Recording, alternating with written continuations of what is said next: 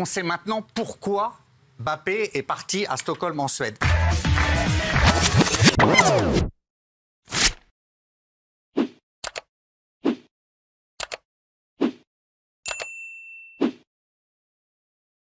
Kylian Mbappé, c'est vrai que Kylian Mbappé, il y a eu c'est un truc de fou, même au niveau de la popularité. Ça a dégringolé. Ouais. Il y a eu plusieurs éléments. On va revenir bien sûr sur l'affaire là qui le touche aujourd'hui, mais il y a eu plusieurs étapes. Il y a eu pour moi, la première étape, c'est Naël. Oui. Ouais. Quand il est, Le petit ange. quand il a réagi sur Naël, le petit ange. Là, Ouais. C'est déclencheur. Ensuite, il y a eu cet été, quand il a pris position lors des élections et qu'il a pris position plusieurs fois. Ouais. Là encore, ça a été compliqué. Ensuite, il y a eu l'affaire du Paris Saint-Germain, forcément. Voilà, avec pour les gens, il y a eu pour beaucoup de gens, c'était un manque de loyauté envers le Paris Saint-Germain. Ensuite, donc, il y a eu l'équipe de France où ça se passait mal en équipe de France. Ensuite, Et où il dit ça m'est égal ce que les gens pensent. Voilà. Je m'en fous en tant que capitaine. Exactement. Je m'en fous de ce que les gens pensent. Et c'est mal performant. passé. Exactement. Et aujourd'hui, ça continue, ça rebondit pour Kylian Mbappé. On va revenir sur tous les éléments et on va tout vous expliquer de ce qui s'est passé. Déjà, Kylian Mbappé, on va le rappeler, parce que ça part de là. Il devait donc jouer en équipe de France 2 matchs, un contre Israël, un contre la Belgique. Il a dit, et Didier Deschamps a dit qu'il le laissait se reposer puisque Kylian Mbappé était un petit peu blessé. Malheureusement, quelques jours après, il joue avec le Real Madrid pendant 70 minutes environ. Donc, il est blessé pour l'équipe de France, il n'est pas blessé pour le Real Madrid. Derrière, comme c'est ce qu'on appelle la mini-trêve internationale, puisqu'il y a des matchs internationaux, Real Madrid ne jouait pas, donc il est parti à Stockholm, en boîte de nuit, etc. Il fait ce qu'il veut. Et ensuite, il est parti en Corse aussi, pour se détendre. Pendant que l'équipe de France jouait, et comme il ne jouait pas, il a le droit d'aller se détendre. Derrière, il y a cette histoire qui s'est passée en Suède. Alors, il y a 2 volets dans cette histoire. Il y a ce qui se passe avec le PSG et ce qu'il a dit, et le tweet qu'il a mis sur le PSG, et l'histoire en elle-même. On va d'abord parler de ce qui s'est passé avec le PSG, après on parlera de l'histoire en elle-même. Puisque hier, il y a l'info qui sort comme quoi, dans l'hôtel où était Kylian Mbappé, à Stockholm, il y aurait eu un viol et la police enquêterait. Et derrière Kylian Mbappé tweet, c'est encore un coup de... c'est le PSG qui a fait ça. Fake news Et comme par hasard, quoi. Une news comme par hasard, Par hasard. la veille de l'audience, qui sont en litige de 55 millions, comme vous l'avez précisé. C'est ça, hein, Gilles. Oui, absolument. Il accuse le PSG en fait d'être à l'origine de l'affaire, c'est-à-dire d'avoir manipulé. Alors ça paraît gros. Le PSG tout de suite dit nous avons notre honneur, nous ne répondrons même pas. Et en fait, à l'aune des événements qui se produisent aujourd'hui, ça paraît très gros, cette contre-attaque. Alors, il estime que le PSG, dans le passé, a pu l'espionner, vouloir interférer dans sa vie privée, etc. Mais crier fake news comme ça, à la veille d'une audience devant la commission paritaire de la Ligue, qui doit régler le contentieux des 55 millions d'euros qu'il réclame au PSG, ça paraissait bizarre. Exactement. Voilà. Oui. Raisonnablement suspect ou probablement suspect. Raisonnablement suspect, c'est le plus light, le plus léger. Et pour l'instant, d'après toujours les journalistes suédois, ils considèrent que Kylian Mbappé serait raisonnablement suspect de ce viol. Exactement. Mais ce sont les propos du journaliste de Stockholm, ce ne sont ni pas de les la police, propos de la ni police. de la justice. Mais Voilà. ça a rebondi encore tout à l'heure parce qu'il y a eu une info qui est sortie et qui dit que si Kylian Mbappé était resté à Stockholm, qu'est-ce qui serait passé? Oui. Non, c'est une procureure en fait suédoise qui s'occupe de l'affaire, qui est réputée pour être très sérieuse et très discrète sur les affaires. Donc effectivement, elle n'a pas cité le nom d'Mbappé, mais elle n'a pas démenti non plus. Elle n'a pas démenti non plus. Il y a 2 médias locaux. Le quotidien Expressen et Aftonbladet. Donc il y en a un qui est considéré comme sérieux, l'autre comme un peu moins sérieux, qui disent que Kylian Mbappé est directement visé. Il y a des vêtements qui ont été saisis dans la chambre aussi, un vêtement masculin, un vêtement féminin. On parle d'un pantalon noir et d'une culotte pour faire toutes les analyses. Et Mbappé, lui, il est rentré à Madrid. Il s'est même entraîné hier et aujourd'hui avec le Real. Et le Real le soutient pour l'instant. Et ils sont tous les deux dans cette espèce de théorie du complot contre le Paris Saint-Germain. Et il y a un journaliste, Cyril, d'Expressen, journaliste d'investigation, donc d'un média suédois, qui a dit, donc ça n'engage que lui, que Mbappé, normalement, aurait dû être placé en détention. Et il a ajouté, nous sommes sûrs à 100% que c'est le suspect, sans l'ombre d'un doute. Voilà, c'est un journaliste d'Expressen. C'est très récent, ça. Je vais vous dire les infos que j'ai, moi. Absolument. Moi, je vais vous dire, d'après les infos que j'ai, Kylian Mbappé n'est pas impliqué directement dans cette affaire. Donc, je pense que les Suédois et la presse suédoise, j'ai l'impression que c'est des sacrés gugus aussi, la presse suédoise, ils en font des caisses, ils se disent, on va essayer d'en faire des caisses. Pour moi, des infos que j'ai, Kylian Mbappé n'a rien à voir là-dedans. Il serait il était là, donc elle a cité Kylian Mbappé, mais il n'a rien à voir dans cette histoire.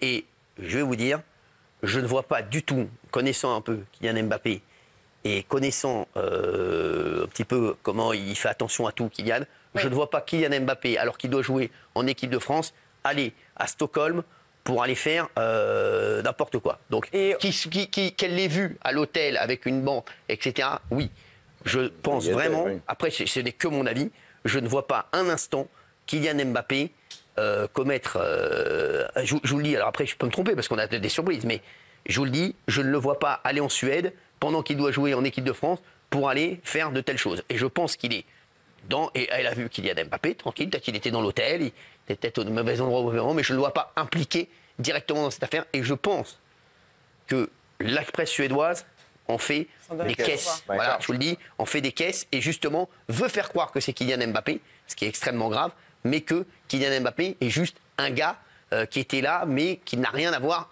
dans l'affaire. On en reparle. Première, c'est une affaire de garde à vue pour une femme qui a été placée en garde à vue pour du chantage auprès de Coé. Et on se dit, à quand remonte ce chantage? Est-ce que ça fait partie de la plainte pour extorsion de fonds que Coé avait déposée en novembre 2023. Julie me dit, elle est totalement étrangère à cette nouvelle affaire de chantage. Voilà. Et plus globalement, elle, ce qu'elle dit à propos des fameux messages qui ont été postés, ces conversations Snapchat avec un monsieur qui s'appelle Anthony Salinas. Voilà. Donc Julie me dit, ces messages ne sont pas de moi. Vous savez, Cyril, c'est des messages où elle dit, si on me donne par exemple 500 000 euros, je retire ma plainte. Voilà. Honnêtement, 500K et je retire la plainte. Julie me dit, ces messages ne sont pas de moi, je ne les ai pas envoyés. Personne n'a accès à mon téléphone. Je suis prête à une expertise de mon téléphone, mais je n'ai rien à voir avec ça. Et elle me dit, par exemple, l'expression qui était derrière vous, cher pour lui, elle me dit, je ne connais même pas cette expression. Donc, elle ne sait pas d'où viennent ces messages. Ce qu'elle me dit, c'est qu'elle dément également avoir eu toute relation intime ou relation amoureuse avec M. Salinas. Il a repris contact avec elle cet été, mais elle ne sait pas pourquoi il la mêle de nouveau à cette affaire. Révélation qu'on peut faire, c'est que Julie a appelé Coé. Julie, c'est la première plaignante. Elle a appelé Coé au printemps. Coé a décroché et elle lui a dit « Je veux que tu parles, je veux que tu racontes ce que tu m'as fait, il faut que tu dises maintenant ». Coé la laisse parler avant de raccrocher. Voilà. Elle, ce qu'elle voudrait, Cyril, maintenant, c'est une confrontation avec Coé. Il va y avoir une expertise psychologique qui va avoir lieu. Et si la psychologue dit OK, elle voudrait voir Coé dans un bureau pour confronter leurs deux versions. Voilà. Le dossier d'instruction, Cyril, fait 2000 pages sur cette affaire. Voilà. On va revenir sur la soirée et le déroulé pour nos téléspectateurs. Il va donc en Suède, c'était le 9 octobre. Oui, absolument. Donc, il bénéficie de 4 jours de congé donnés par le Real Madrid, puisque ce sont les équipes nationales qu'il joue. Lui, il n'a pas été appelé en équipe de France. Il est à Madrid et il est en congé. Donc, il part en jet privé. Il fait Madrid-Stockholm mercredi 9. Dans le jet privé, il y a lui, son assistante personnelle, qui lui sert pour tout ce qui est extra-sportif. Voilà. Un garde du corps. Et à Stockholm, il retrouve un ami de Kylian Mbappé qui s'appelle Nordi Mukiele, qui est un joueur du PSG qui a joué avec Mbappé et qui aujourd'hui évolue à Leverkusen, qui vient les rejoindre. Donc, ils sont 4 à ce moment-là.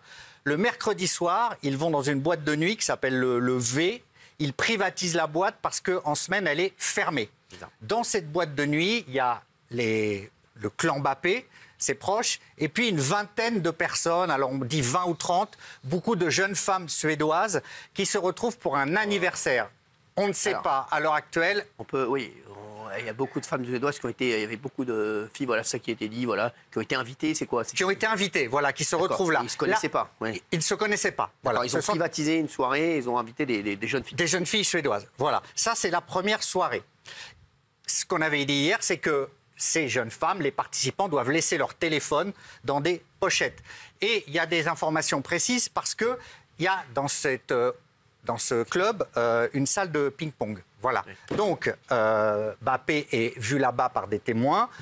Il danse, il joue un peu au ping-pong. Et puis, il rentre à l'hôtel. Voilà. Ça, c'est le mercredi. Le jeudi soir, Mbappé et ses amis vont dans un restaurant qui s'appelle Chez Julie, un restaurant où on fait de la cuisine française. Chez Jolie, pardon. C'est là que Mbappé va être vu à minuit et demi par un photographe suédois, d'Aftonbladet. Il va être pris à minuit et demi en photo. Amaury, le micro d'Amaury, merci. Oui, il va être pris en photo, voilà, on le voit là. Donc il est surpris, il semble se diriger vers le paparazzi, c'est un paparazzi. Puis finalement, il va dans un van. Et après le restaurant, il retourne dans la boîte de nuit. Deuxième soirée dans la boîte de nuit levée. Toujours privatisée. Et cette fois, visiblement, le propriétaire de la boîte a, entre guillemets, sélectionné des participants et des participantes. C'est-à-dire que soit les mêmes que la première soirée, je ne sais pas, mais en tout cas, c'est lui qui a fait le casting. Voilà. Après cette soirée, Mbappé va vers son hôtel qui s'appelle l'hôtel Bank dans Stockholm. Voilà. Ce qu'on ne sait pas exactement, c'est si la jeune femme, la jeune plaignante, je vais décorréler tout ça, à ce moment-là, est dans la mouvance de Mbappé. Pourquoi elle arrive là? Comment elle arrive là? Il y aura des caméras de vidéosurveillance qui seront analysées pour savoir ce qui s'est passé. Mais donc, ce qui se passe, c'est que le lendemain, le vendredi, pendant que Mbappé, lui, part en Corse, toujours en jet privé, l'après-midi, cette jeune femme se présente à l'hôpital, va dans un service spécialisé dans les femmes victimes de violences, notamment sexuelles, et elle va porter plainte, soit le vendredi, soit le samedi. Voilà. Apparemment, selon la presse suédoise, je prends des précautions, selon la presse suédoise, oui. Elle décrit la chambre d'hôtel et à ce moment-là, elle donne des détails. Voilà. La justice suédoise annonce qu'elle enquête, mais ne donne jamais le nom de Mbappé. Il y a le secret de l'instruction total en Suède. Le nom de Mbappé n'est pas cité par la justice, il est cité par la presse qui certifie jusqu'à hier soir, nous sommes sûrs à 100% que la personne visée par la plainte est Mbappé. Ça appartient à la presse suédoise. Le lundi, il y a des perquisitions. La chambre est perquisitionnée. Guillaume le disait, il y a une culotte, un haut, un pantalon qui sont saisis. Voilà. Toujours aucune révélation sur le nom de la personne mise en cause dans la plainte. La nouveauté, c'est ce que RMC notamment annoncé aujourd'hui, c'est que le clan Mbappé est sûr à 100% que c'est bien lui qui est visé par la plainte. Voilà. Oui, les proches de Kylian Mbappé s'attendent à ce que son nom sorte. Voilà. Ça ne veut pas dire du tout qu'il est coupable, du tout. Moi, absolument, vous l'avez dit. Absolument. Voilà, je le connais un peu. Bien sûr. Je ne le vois pas. Après, il y a énormément de choses qui sortent sur Kylian Mbappé parce qu'en fait, il y a aussi cette histoire avec le PSG. Oui. Et il a incriminé le PSG. Et il y a eu cette histoire qui est sortie, notamment Daniel Riolo qui l'a raconté. C'est incroyable l'histoire qu'a raconté Daniel Riolo sur RMC. Hein. Alors, est-ce qu'on peut raconter ça, parce qu'il y a plein de choses qui sortent sur Kylian Mbappé. Absolument. Donc ça part en fait du moment où Mbappé parle d'une fake news, veille d'audience, il avait un contentieux financier avec le PSG et il dit en gros c'est une manipulation, voilà. C'est ce que ses avocats disent aujourd'hui. Ils émettent eux la thèse du complot, de la manipulation, certifiant que Mbappé est innocent. Ce qui se passe, c'est que Mbappé et le PSG, depuis qu'il est parti et même avant, quand il n'a pas voulu prolonger, ça va mal. Et pour le clan Mbappé, le PSG a voulu altérer son image, nuire à son image, le tacler, donner des détails compromettants, etc. Voilà. Parmi ces détails, sort aujourd'hui une affaire d'avortement. Alors, c'est sorti notamment sur les réseaux sociaux. Le PSG protège ses joueurs. Il y a notamment quelqu'un qui est une sorte d'intendant qui est chargé de protéger les joueurs, les grands joueurs comme Messi, comme Mbappé. Cette personne-là aurait organisé pour Mbappé un séjour à l'hôpital américain de Neuilly. Et ce qui est révélé aujourd'hui, c'est que ce séjour aurait constitué en un avortement d'une jeune femme enceinte de Kylian Mbappé. Les deux ne voulaient pas garder l'enfant. Il n'y a pas eu de transfert d'argent, il n'y a rien eu d'illégal donc à ce moment-là. Mais ce que reproche le clan Mbappé, c'est que ça sort aujourd'hui. Oui. Je suis d'accord avec eux. Exactement. Je suis d'accord avec le clan Mbappé. Ça n'a rien à voir avec l'affaire. Rien à voir. Et comme par hasard, ça sort aujourd'hui, ce qui semble accréditer la thèse d'informations qui sortent sur lui pour lui nuire et qui touchent à sa vie privée. C'est pas du tout le PSG. J'ai pas dit ça. Hein. J'ai dit qu'il y a un faisceau, absolument. Donc il y a plein d'informations qui sortent aujourd'hui, comme si Mbappé avait perdu le fil, était moins protégé et que tout pouvait se dire aujourd'hui, alors que c'est resté secret pendant de longs mois. Vous avez des infos, Géraldine? C'est juste que cette histoire d'avortement qui serait avérée éventuellement, voilà. En fait, le clan Mbappé reproche au PSG d'avoir utilisé ce filon-là pendant une année pour menacer Mbappé de le sortir, même si ça sort aujourd'hui, en lui disant en gros, tu veux pas prolonger, tu veux pas signer, ce qui va sortir sur ta vie privée, on va le sortir et on fera en sorte que ça se sache. En tout cas, c'est ce que pense le clan Mbappé. C'est des rumeurs, exactement. C'est ce que pense le clan Mbappé. Après, c'est parole contre parole, mais ils ont voilà, l'intimidation et le harcèlement, ça fait partie de ça aussi dans le clan Mbappé. Voilà, moi je crois plus le PSG là-dessus, en tout cas. Voilà, et en tout cas, on va voir ce que risque Kylian Mbappé, en tout cas pour cette histoire en Suède. En tout cas, Kylian Mbappé a posté une story il y a 4 heures. Il dit on continue à travailler. Il s'entraîne à Madrid. À s'entraîner et il n'a pas l'air d'être touché par cette affaire. Je pense, moi. Il doit être très touché. Voilà. Et quoi? Il doit être très touché. Il est touché, mais il n'a pas l'air inquiet. Exactement. Donc voilà, ça veut il est touché, bien entendu, mais il n'a pas l'air inquiet. Son avocate non plus. Voilà, donc, le Real le soutient pour le moment. Exactement. Moi, je vous le dis, je le redis. Regardez la vidéo de Mohamed Eni qu'il a postée. Je suis exactement dans la même lignée que Mohamed Eni. Voilà, et je pense que voilà, c'est cette histoire. Il faut quand même creuser, mais. Connaissant Kylian Mbappé, bien sûr, on croit toujours les victimes, mais je ne sais pas ce qui s'est passé pour cette jeune fille, on ne sait pas du tout s'il est incriminé dedans ou pas. Mais en tout on cas, ne connaît pas son identité d'ailleurs. Que cette jeune fille ait subi des agressions, ça je ne le remets pas en cause. Mais que ce soit Kylian Mbappé, ça m'étonnerait grandement, connaissant le personnage et connaissant comme Kylian Mbappé fait attention à tout ce qu'il fait. Merci. Juste en Allemagne, un impôt sur les chiens rapporte beaucoup d'argent à l'État. Ça rapporte plus de 400 millions, 421 millions. Et j'ai fait le petit calcul. Pour la France, si on faisait cet impôt pour tous les animaux, mais c'est que je me suis amusé, parce que j'avais rien à faire cet après-midi, pour tous les animaux, tous, c'est-à-dire tous les animaux domestiques, ça rapporterait 8,8 milliards à la France. On est compte si on fait un impôt sur tous les animaux par an. 8,8 milliards. C'est ça la solution. 8,8. Ah, vous êtes pour vous? Non, je suis contre. Parce que moi, j'ai peur. Moi, je vais vous dire la vérité. J'ai très peur de cet impôt, parce que moi, on dit souvent que j'ai une langue de lézard. Donc si on taxe tous les animaux, ça va me... Gilles Verdez est pour. Totalement pour. C'est incroyable. Les gars, Gilles Verdez, mais sans rigoler. Ça veut dire, Gilles Verdez, on a l'impression qu'il y a une flaque, il va... Super. C'est incroyable, ce gars. Et il veut mettre des impôts. Non, mais c'est vrai, il est pour les fraudes, les fraudes, il est pour tout, Gilles Verdez. Voilà. Mais franchement, Gilles, je vous jure, vous êtes incroyable. Il est incroyable, ce mec. C'est extraordinaire. Vous en pensez quoi, vous, Fabrice? Juste oui ou non, juste pour dire. Vous êtes pour? Évidemment non. Voilà, donc bah oui. Je me dis aussi, vous ne pouvez pas être d'accord avec Gilles Verdez.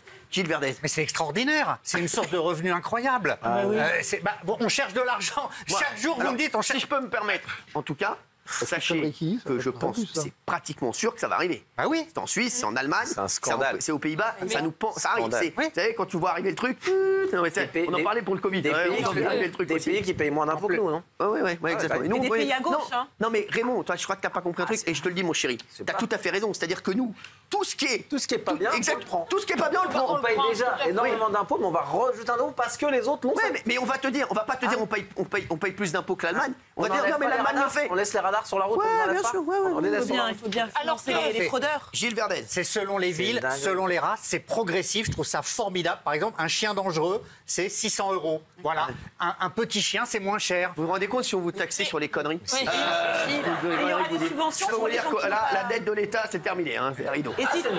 Attendez, laissez Gilles Verdez. Non, mais c'est miraculeux. Voilà, on cherche désespérément de l'argent. Voilà le miracle. Et donc on tape sur tous les gens qui ont des chiens, et notamment des gens qui ont peut-être des petits revenus.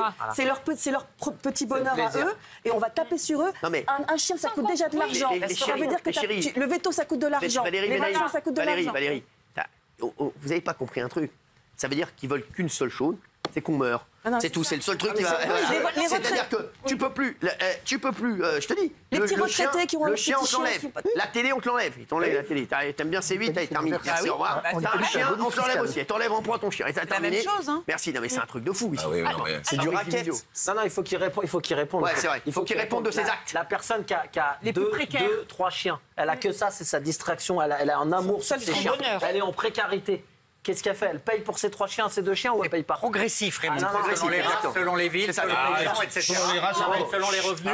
Je vous le dis, laissez parler Gilles. Abandonner leurs animaux parce qu'ils pourront pas. Naïm, arrêtez de parler sur les autres. Gilles Verdez. C'est intelligent, c'est progressif. Vous comprenez le mot progressif? J'ai l'impression de parler progressif. Ça veut dire que ça va augmenter selon la taille du chien. Mais t'as pas répondu. Mais réponds pas, Cyril. C'est quoi? La question est simple. Une personne qui est dans la précarité, qui a 2 chiens, 3 chats, on s'en fout pas.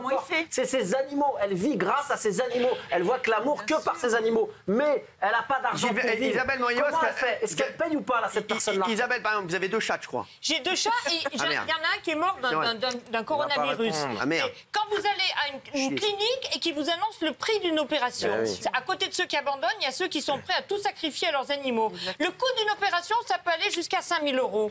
Et ben, le vétérinaire vous dit, est-ce que je vous l'opère ou est-ce que je l'euthanasie? C'est-à-dire que la personne, elle n'a pas le choix entre la vie ou la mort de son animal. Donc toi, tu veux en plus leur coller un impôt?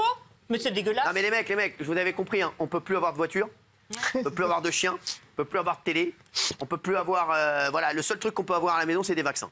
Et des squatteurs. Le reste, hein, c'est terminé. Merci, c'est rideau, hein, on vous enlève tout, terminé, merci, au revoir. Le restaurant, c'est terminé aussi, merci. Le restaurant, c'est fini. Le boulanger, c'est fini, c'est terminé, voilà. L'agriculteur, c'est fini aussi, hein, c'est terminé. Vous voulez des bons légumes, du bon lait, etc. Terminé, merci, au revoir. Vous dégagez, vous voulez du poulet, vous allez l'acheter en Ukraine, vous nous faites pas chier. Merci, hein, voilà, oui. Mais, sauf que Gilles Verdez, l'homme de gauche, n'a toujours pas répondu à la question de Raymond. Comment tu fais quand tu es dans la précarité, mais que tu as malgré tout des animaux de compagnie, parce que c'est important, parce que c'est ton équilibre, parce que voilà, c'est ta manière. Comment tu fais pour payer? Il y aura quoi? Il y aura des aides sociales?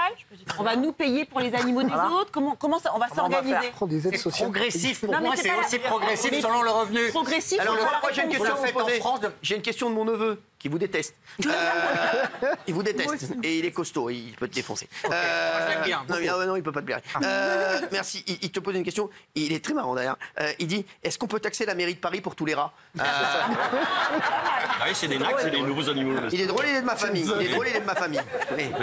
Oui. Moi, j'ai l'impression que l'État n'a plus d'idées pour racketter les Français. On les raquette sur les piscines, on les raquette sur les voitures, et là, on les raquette sur les chiens. Donc, en fait, déjà, arrêtez de raqueter les gens et arrêtez, à la place, vous, ne dépensez plus d'argent, faites des économies. Et ensuite, pardon, on parle de taxes sur les voitures, sur les piscines. Un chien, c'est pas un objet. Bien sûr. Un chien, c'est un être vivant. Il y a eu l'avion aussi. Un chien, c'est un être vivant qu'on aime, dont on s'occupe, qu'on garde avec nous, qu'on soigne, qu'on paye pour lui, on le garde pour toute la vie. Donc plutôt que dépenser des conneries dans les JO, dans les AME, etc., laissez les propriétaires de chiens tranquilles. Exactement. Franchement, on dirait...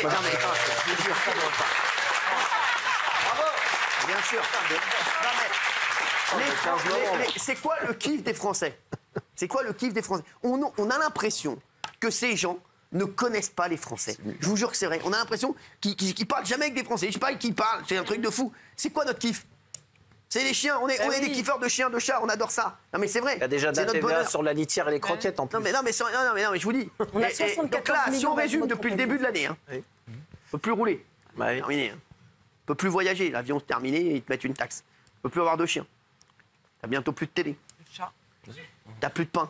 Il n'y a plus d'électricité, on ne pourra plus faire de pain. C'est vrai, c'est T'as plus de légumes, il n'y a plus d'agriculteurs, les mecs. T'as plus de poulet. T'as plus de produits laitiers. Plus d'AME bientôt. Non, il y a encore de l'AME. Plus d'animaux sauvages. C'est cadeau. C'est cadeau, ça c'est vrai. Merci Thomas, tu m'as mis sur un plateau. Taxer, ça doit avoir du sens. Quand on taxe par exemple les impôts, c'est pour que les plus riches redistribuent aux plus pauvres, il n'y a pas de problème. Taxer sur un chien, ça veut dire quoi? Ou alors le chien, il a une part quand tu fais une déclaration fiscale. Non mais c'est ça. Comme un enfant. Donc c'est des chiens qui doivent régler avec leur carte bleue. Enfin, ça n'a aucun sens. Moi, je veux voir si ça passe ça. Je veux voir des chiens en gilet jaune sur les carrefours.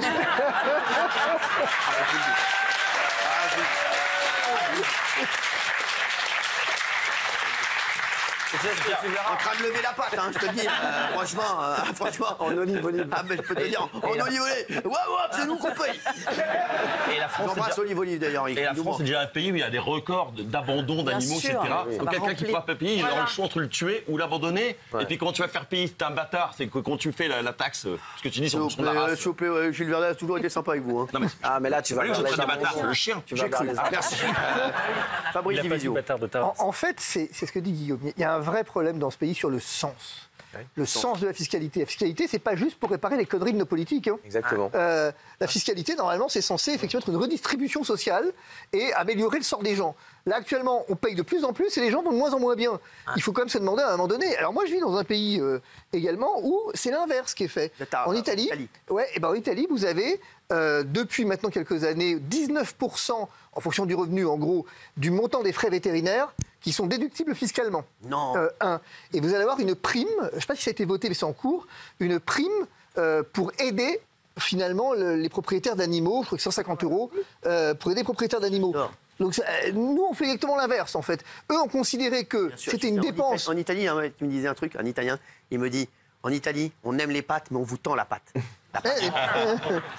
Mais c'est une question intéressante parce qu'on a un vrai problème de sens de la fiscalité en France, c'est comme ça. Et alors c'est marrant que vous parliez de progressif, d'employer ce mot de progrès. C'est l'archaïsme absolu ce que vous proposez. Parce que rappelez-vous qu'on a eu des impôts sur les fenêtres, les impôts sur les animaux ont déjà existé. Et en fait, le problème, c'est que quand la fiscalité n'a plus de sens, finalement, on l'abandonne. Et là, vous proposez de revenir au passé. Ça n'a aucun sens. Les Allemands sont débiles. Alors, me lancez pas là-dessus. avec Angela Merkel. Non, mais mettons des impôts sur les enfants à ce moment-là. C'est pareil. Non, mais c'est ça. Les chiens, c'est des êtres vivants. Mais écoutez, dans ce cas-là, mettons nos impôts sur les cheveux. Oui, les incinérateurs, surtout, les machines à café. Les Danemark enlèvent des parts fiscales. On fiscalise au Danemark, on fiscalise les paies de vaches. Non.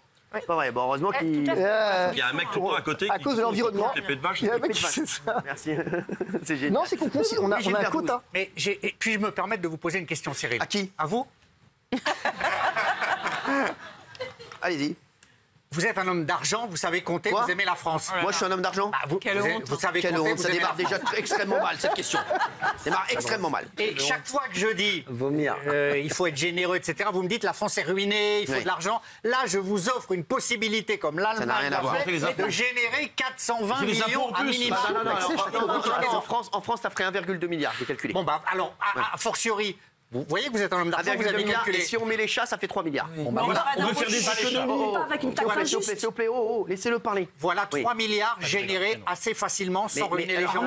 Pourquoi vous me retombez là-dessus? Enlève l'AME, enlève les urinoirs solaires à Paris qui coûtent à rien plutôt que d'emmerder les Bien sûr, enlever les urinoirs solaires, enlever l'AME, oui. Enlever tous les kiffs qu'on les Français, on en a marre. On veut kiffer un chien, on aime les chiens, on aime les animaux, on aime les chiens, on aime les chats. Moi aussi j'aime les chiens. Non, vous n'aimez rien. Si. Non, vous n'aimez rien, vous arrêtez, vous n'aimez pas la France déjà. J'aime les chiens. Vous n'aimez pas. On verbalise déjà quand il y a des crottes sur le trottoir qui ne sont pas ramassées, quand il y a une laisse, quand il n'y a pas une mise. On nous enlève tout. À un moment, moi je suis pour. Les Français, j'ai l'impression qu'aujourd'hui, on prend toutes les mauvaises idées qui sont faites en Europe et toutes les bonnes idées, on les prend pas. On dit non, c'est pas pour nous.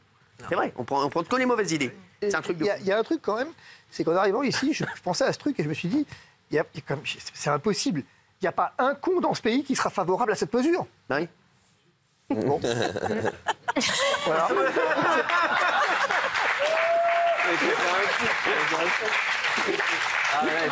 Alors on va voir le sondage. Tiens, peut-être que Gilles va être un peu plus haut que d'habitude. Regardez. Oui, 16%. 16%, Gilles, c'est un de vos meilleurs scores. Gilles, j'ai envie de vous dire, waf waf. Évidemment, il n'y a pas d'animaux, donc c'est. Non, mais vous n'avez pas. Excusez-moi, Cyril, j'attendais cette remarque perfide qu'on m'attaque. Alors là, je vais répliquer. Et je ne rigole pas. Depuis une semaine, j'ai un chien, un bichon, il s'appelle Vito. Ferme ta gueule, Jean-Michel.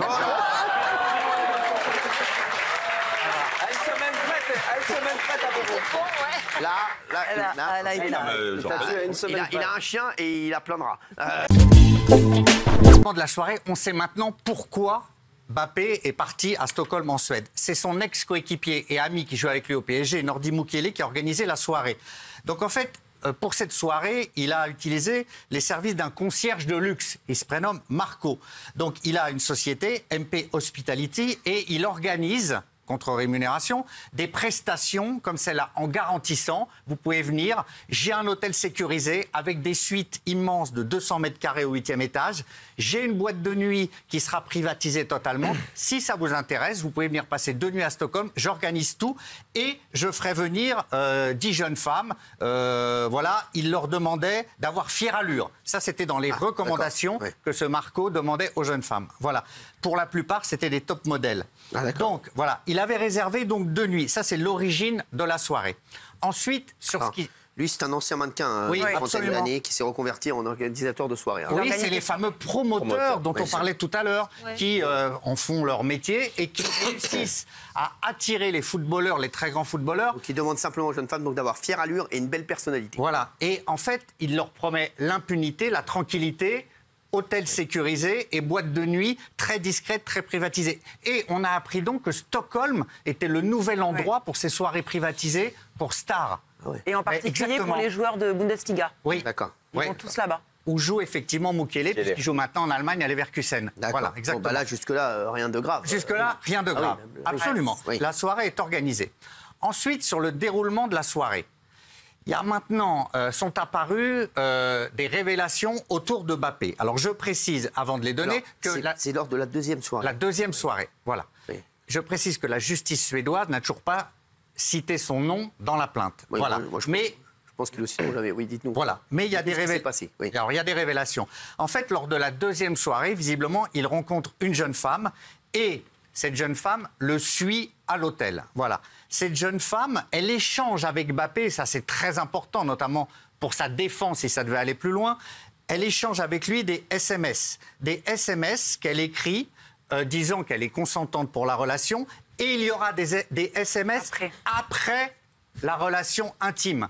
Des SMS qui, apprend-on, sont plutôt positifs, ludiques. Il n'y a pas, de la part de cette jeune femme, de contestation, d'agressivité contre Mbappé. Après, avant et après. Voilà.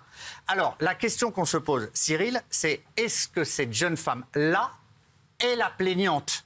Ça, ce n'est pas établi. Est-ce que c'est cette jeune femme ou est-ce qu'il y aurait une autre jeune femme avec laquelle il n'y aurait pas eu échange d'SMS? Apparemment, il aurait eu une relation avec cette jeune femme, mais pas que. C'est ce que, a priori. C'est ça, c'est la possibilité. C'est-à-dire, il y a... Dites les choses. C'est qu'il ait eu potentiellement soit une relation sexuelle avec d'autres femmes, soit on parle de gestes déplacés ou de harcèlement sexuel. C'est l'autre possibilité. C'est-à-dire que rien ne prouve que la plaignante est la femme avec qui Mbappé a eu cette relation consentie des deux côtés. A priori non, puisque les SMS montrent le... Voilà, les SMS le montrent, mais on parle d'autres femmes. Il y avait beaucoup de femmes dans cette soirée et on commence à parler dans la presse suédoise et même dans le Parisien aujourd'hui de gestes ambigus potentiels, de harcèlement sexuel potentiel et c'est peut-être ça qui poserait problème dans le dossier de la plainte. Sauf que Cyril, on en parlait avec Géraldine, il y a un problème en Suède, c'est tout ce qui tourne autour de la nouvelle loi depuis 2018 sur le consentement. D'accord. En Suède, le consentement doit être clairement exprimé de manière verbale ou physique. Donc c'est pas parce que vous échangez des SMS